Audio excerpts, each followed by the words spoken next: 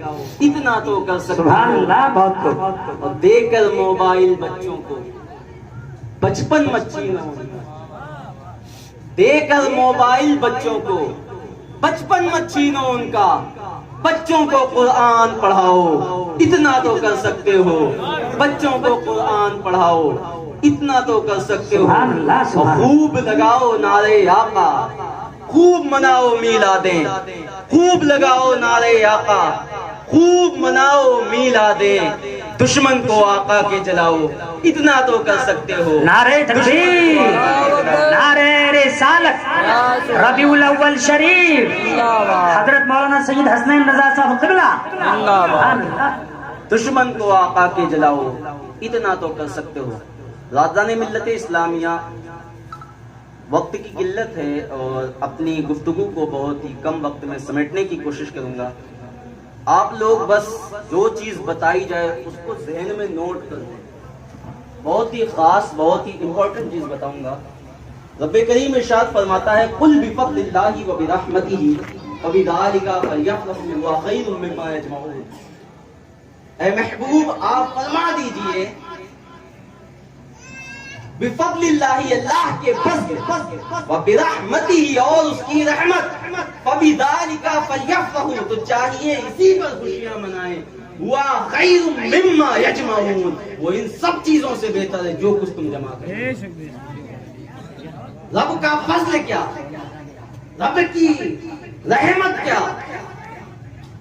حضرت ابن عباس رضی اللہ تعالیٰ عنہ تفسیر لکھتے ہیں، تفسیر میں فرماتے ہیں فضل سے مراد جو چیز ہے وہ علم ہے، اور رحمت سے مراد یہاں پر اس آیت میں جو چیز ہے وہ خاص کر نبی پاک صلی اللہ تعالیٰ علیہ وسلم کی ذات ہے، اور رحمت سے مراد نبی پاک صلی اللہ تعالیٰ علیہ وسلم ہی کی ذات ہے۔ اسی پر خوشیاں منانے کا حکم رب نے دیا ہے، اور اس کا خلاصہ خود رب فرما رہا ہے وَمَا أَرْسَلْنَاكَ إِلَّا رَحْمَةً لِلْعَالَمِينَ، اے محبوب ہم نے تم کو تمام جہان کے لیے، اسی وجہ سے میں نے کہا celebrate Aka's Muhammad, that's all you can do, that's all you can do to decorate your home۔ آقا کا میلاد مناؤ، اتنا تو کر سکتے ہو۔ تم اپنا گھر بار سجاؤ، اتنا تو کر سکتے ہو۔ لیکن ایک پریشانی اس وقت ہے، میلاد منانے کے ثبوت میں تو بہت سارے دلائل آتے ہیں، لیکن ایک سوال پیدا کیا جاتا ہے جو میرے پاس آیا، جس پر بولنے کا مجھے حکم دیا گیا۔ وہ سوال یہ آتا ہے، کچھ لوگ سوال کرتے ہیں کہ 12 تاریخ کو تو نبی پاک صلی اللہ علیہ وسلم کا وصال ہوا تھا، 12 کو تو نبی پاک صلی اللہ علیہ وسلم کا وصال ہوا تھا، تم لوگ خوشی کس چیز کی مناتے ہو؟ وصال ہوا اس کی خوشی منا رہے کیا؟ ارے وصال کی خوشیاں جشن وہ منائے جن کے مر گئے، وصال کا جشن وہ منائے جن کے مر گئے۔ ہمارا نبی تو زندہ ہے، ہمارا نبی تو زندہ ہے، سبحان اللہ۔ اور نبی زندہ ہے، اس کا ثبوت دیکھو۔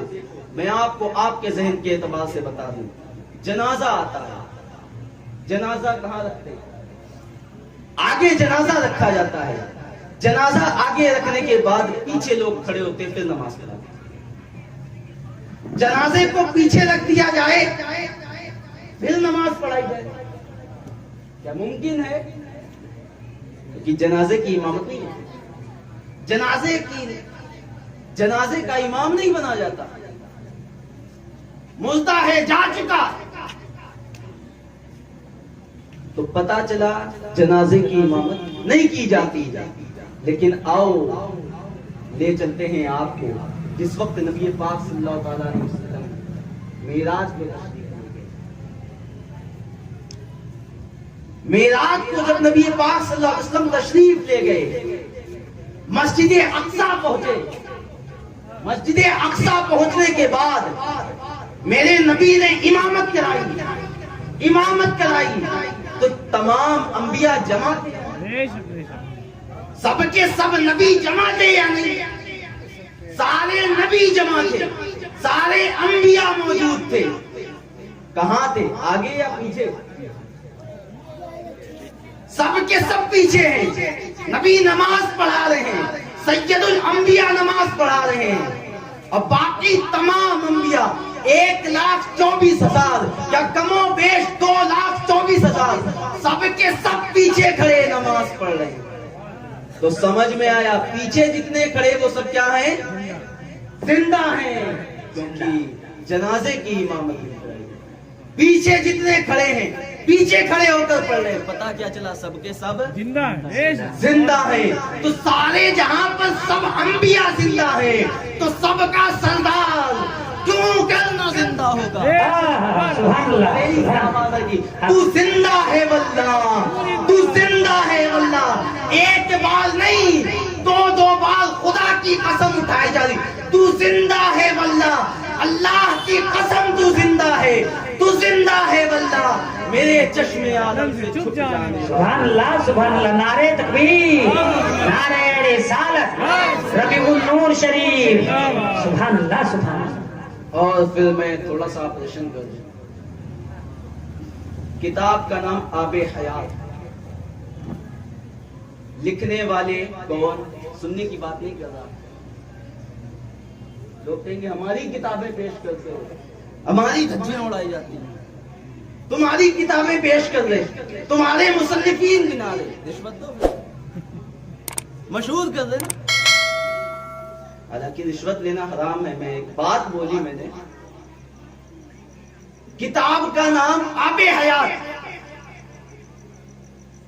لکھنے والے محمد قاسم نانوتوی. کیا لکھتے ہیں اس کتاب میں؟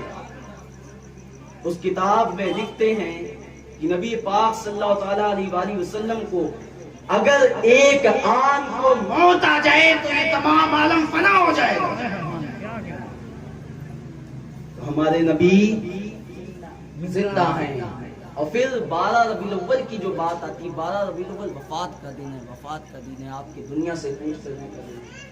12 ربیع الاول اصل میں وفات کا دن ہے. اعلیٰ حضرت کا حوالہ دیتے ہیں, میرے پاس سوال آیا تھا, اعلیٰ حضرت نے 12 ربیع الاول وفات کو لکھا, کہیں پر مجھے دکھاؤ اعلیٰ حضرت نے 12 ربیع الاول لکھا. 12 ربیع الاول وفات کی تاریخ نہیں, اور کہا ولادت کی تاریخ 8 لکھی. پھر تم کیوں مناتے ہو؟ میں نے کہا تھوڑی سی کتاب کا کچھ حصے کا فوٹو کھینچ کر عوام کو گمراہ کرنے کی کوشش کرتے ہو, عوام کو بہکانے کی کوشش کرتے ہو.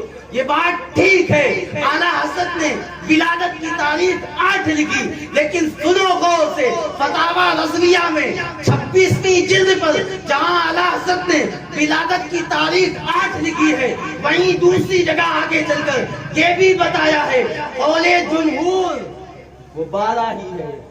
اور مسلمانوں کو جو حکم دیا ہے اسی 26ویں جلد میں کہا ہے 12 ہی کو منانا چاہیے. اور 12 تاریخ وصال کی تاریخ نہیں لکھی. وصال کی تاریخ فرماتے علم حیات اور علم زیجات کے مد نظر جب میں نے حساب کیا تو وصال کی تاریخ 12 نظر نہیں آتی, 13 نظر. اور تم لوگ آج سوال کرتے ہو نبی پاک صلی اللہ علیہ وسلم کی وفات 12 کو ہوئی, اپنوں ہی کی نہیں مانتے, اپنوں کی تو ماننے لگو. کم سے کم اشرف علی تھانوی نام سنا ہوگا, بہت پیشوا ہیں ان کی کتاب فتاوی امدادیہ, اس میں بڑی تحقیق کے ساتھ لکھتے ہیں. ایک کتاب میں نہیں 3 کتابوں میں ذکر کیا, اس میں سے ایک کتاب کا نام فتاوی امدادیہ. اس میں لکھتے ہیں یہ جھوٹ ہے جو نبی پاک صلی اللہ علیہ وسلم کی وفات کی تاریخ 12 پھیلائی جا رہی ہے. 12 وفات کی تاریخ ہرگز نہیں ہے.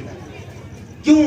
نبی پاک صلی اللہ تعالی علیہ وسلم کا وصال جب ہوا اس سے پہلے جو آخری حج کیا جمعے کا دن پڑا. اب اس کے بعد جو مہینے آ رہے ہیں ان کو 29 کے اعتبار سے تینوں کو گنا جائے, یا 30 کے اعتبار سے تینوں کو گنا جائے, یا 1 کو 29, 2 کو 30 کے اعتبار سے گنا جائے, 2 کو 29, 1 کو 30 کے اعتبار سے گنا جائے, کسی بھی اعتبار سے گنا جائے, وفات کی تاریخ 12 آتی ہی نہیں. دلیل ہم نہیں, اپنوں کی تو مان جاؤ. تو نبی پاک صلی اللہ علیہ وسلم کی وفات کی تاریخ 12 نہیں, خود کی نہیں مان رہے. یہ صرف عوام کو دھوکہ دینے کی کوشش ہے, عوام کو بہکانے کی کوشش ہے. ارے تم ولادت کی تاریخ 9 مانتے ہو، تم ولادت کی تاریخ اعلیٰ حضرت کی دلیل پیش کر کے 8 مانتے ہو. میں کہہ رہا ہوں 8 ہی کو منانا شروع کرو تو صحیح، یا لکھ کر دو کہ تم لوگ اگر 9 کو کرو گے تو ہم فتویٰ نہیں لگائیں گے. پھر کیوں فتوے؟ اور سنو، میلاد کا حکم کوئی اور نہیں دے رہا ہے، خود رب کریم فرما رہا ہے قل بفضل اللہ وبرحمتہ فبذلک فلیفرحوا ہوا خیر مما یجمعون. اللہ کے فضل اور رحمت پر خوشیاں مناؤ. اس سے بڑی رحمت کیا ہو سکتی ہے؟ اس سے بڑی رحمت کیا ہو سکتی ہے کہ رب نے اپنا محبوب دے دیا. کیا کوئی کسی کو اپنا محبوب بھی دیتا ہے؟ رب نے بہت ساری چیزیں دی لیکن کبھی احسان نہیں دکھایا. لیکن محبوب کے دینے کی بات آئی، جب اپنے حبیب کو دینے کی بات آئی تو رب نے فرمایا لقد من اللہ علی المؤمنین اذ بعث فیہم رسولا. ہم نے مومنوں پر احسان کیا جب ان نے اپنا رسول بھیجا. تو کس کی بات آئی؟ محبوب کو دینے کی بات آئی. کوئی اپنے محبوب کو کسی کو دیتا نہیں. جب رب نے اپنے محبوب کو دیا تو پھر کیا احسان جتایا، بہت ساری نعمتیں دی. اور یہ میلاد کوئی آج کا طریقہ نہیں ہے، یہ آنے سے پہلے ہمارے نبی صلی اللہ علیہ وسلم کے آنے سے پہلے بھی منایا گیا، آنے پر بھی منایا گیا اور آنے کے بعد بھی منایا گیا. آنے سے پہلے کیا منایا گیا؟ مبشرم برسول جاتی من بعد اسمہ احمد. حضرت عیسیٰ علیہ السلام خوشخبری دیتے ہیں. کیا خوشخبری دیتے ہیں؟ میرے بعد ایک رسول آئے گا جس کا نام احمد ہے. ہم نبی کے آنے کی خوشخبری نہ منائیں. لاسٹ بات اپنے سمیٹ دوں، بالکل سمیٹ دوں. نبی کے آنے کی خوشخبری نہ منائیں. کیا نبی سے بڑھ کر کوئی چیز ہے ہمارے درمیان؟ نبی سے بڑھ کر کوئی نعمت، نبی سے بڑھ کر کوئی رحمت؟ لیکن دوسروں چیزوں پر عید منائی جا رہی ہے. نبی کے آنے پر خوشی منانے سے انکار کیا جا رہا ہے. رب فرماتا ہے حضرت عیسیٰ علیہ السلام کے قول کو ربنا انزل علینا مائدۃ من السماء لتکون لنا عیدا لاولنا وآخرنا. اے ہمارے رب، ہم پر آسمان سے دسترخوان نازل فرما تاکہ ہمارے اول اور آخر سب کے لیے عید ہو جائے.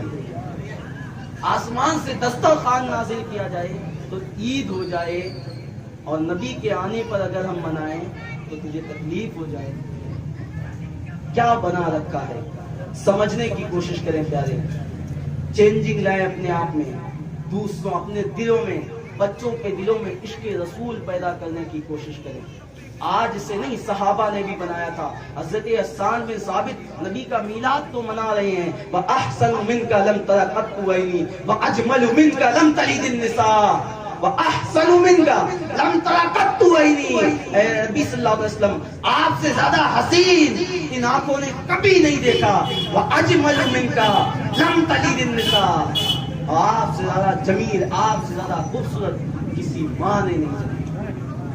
تو نبی کی ولادت کی تو بات کر دی گئی، نبی کی آمد کی تو بات کی گئی، اور خود حضرت حسان بن ثابت صحابی رسول بیان کر رہے ہیں. اور نبی پاک صلی اللہ علیہ وسلم میلاد آج کی کوئی رائج چیز نہیں ہے، ہمیشہ سے ہوتا آ رہا ہے. جھنڈے لگانا کوئی آج کی بات نہیں ہے.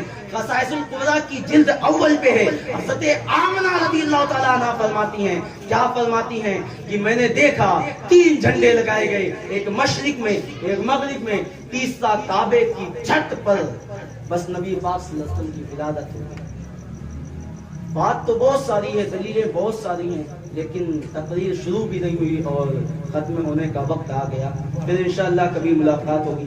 اپنے آپ میں نبی کی محبت، اپنے بچوں میں نبی کی محبت پیدا کرنے کی کوشش کریں. وہ نبی جن کے بارے میں خود پیر مہر علی شاہ کہتے ہیں مکھ چند بدر شاہ شانی، مکھ چند بدر شاہ شانی، ماتھے چمک دی لاٹ نورانی، ماتھے چمک دی لاٹ نورانی، مکھ چند بدر شاہ شانی، ماتھے چمک دی لاٹ نورانی، کالی زلف تے ہاتھ مستانی، مخمور آنکھیں ہمت بھریاں. سبحان اللہ ما اجملکا ما احسنکا ما اکملکا.